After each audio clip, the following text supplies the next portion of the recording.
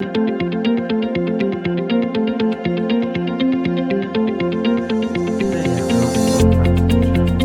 today, does this album suck? Greenday's Father of All came out last month, or the month before, and it gets a fuck ton of hate. A lot of people, even Green Day fans like myself, well, we'll get into that, but a lot of Green Day fans themselves don't like this album. Now, our first appearance, just going by the record and the album cover, this is ugly. This is not a good album cover. I don't get what they were trying to do with this album cover. Whether they were just trying to be grotesque and ugly and stand out, especially with the vomiting unicorn. I don't really get it. Now this doesn't really matter as much because you won't see it unless you get the record or the CD. But it's the back cover, which again is just. I mean, obviously it's not as grotesque, but it's still quite show-offy anyway. I don't know. I don't need to take that out. Now, does it suck? Is it so bad that I would turn it off if it come on? No. I quite enjoy the album. I think that it's well, it's the worst Green Day album, but it's still quite an enjoyable album. And you should thank your lucky stars that Green Day did, something like this instead of what Linkin Park did. Linkin Park completely abandoned their sound. Whereas Green Day is trying to keep rock alive, which I can, thank them for. That's quite good. Now, as for being a Green Day fan, I always thought that Dookie was their first album. It's not. It's their third album. I love all their albums right the way up until 21st Century Breakdown, which 21st Century Breakdown is my favourite Green Day album. I think it's the best that Green Day's done. Uno Dos Tres came next. I listened to Uno and I didn't really like it. I didn't.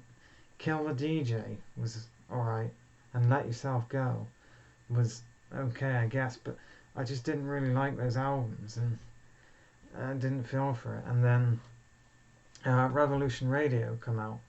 Is that what it's called? Yeah, Revolution. Well, they're all down here. I can get it out. Yeah.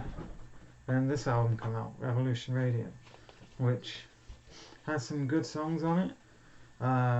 Say Goodbye is alright. Outlaws is a great song. And the best song on this album is Still Breathing, which is a really nice song. And I love the lyrics and the attitude on the album. It was just, this album wasn't bad. This is the first Green Day album I come back to. And I quite liked it. But it was still, it lacked a lot. I think my problem with Green Day is that, say like Dookie. Take Dookie for example. If I get it out. So you're not looking at a t-shirt. No? It's Guns N' Roses. There it is. Come on. So when this album came out, they were teenagers. They were angsty teens that could write fast-paced punk music. That was brilliant. They were like, take the song Pulling Teeth or Basket Case. They could write songs like this because they were angsty teenagers and they had the look, the style, the sound. Now if you compare this to Father of All, where they've obviously tried a bit to go back to that teenage sound. I mean, not a bit, they have, with I Was a Teenager, where the chorus, the hook is just I was a teenager full of piss and vinegar. And school is like school sucks or something. It's they're not, these guys are not this young anymore, if that makes sense. So these songs, although I don't mind them, I can see why a lot of people don't like them, and I can see why it wouldn't work. It just I mean, the first two songs on this album, Father of All and Fire Ready Aim, they're advertisement songs in a way. I could hear them on a car advert or something like that. They're not fully fleshed out Green Day songs. Now my favourite song on Father of All is Oh Yeah.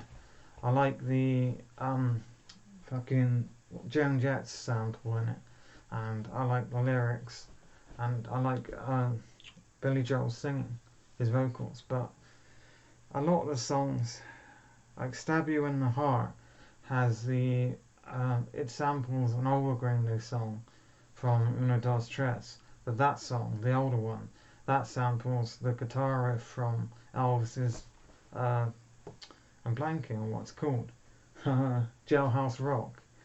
And it's just, I call it, this is a dad album.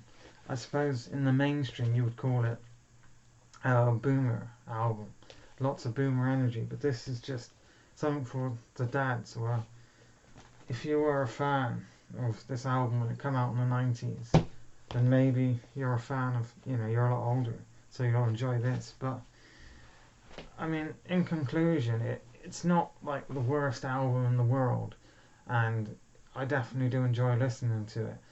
Does it deserve all the hate that it's getting? No, it doesn't. But that's just me. Does this album suck? No. Thanks for watching, and I'll see you again in the next episode. Take care, everyone.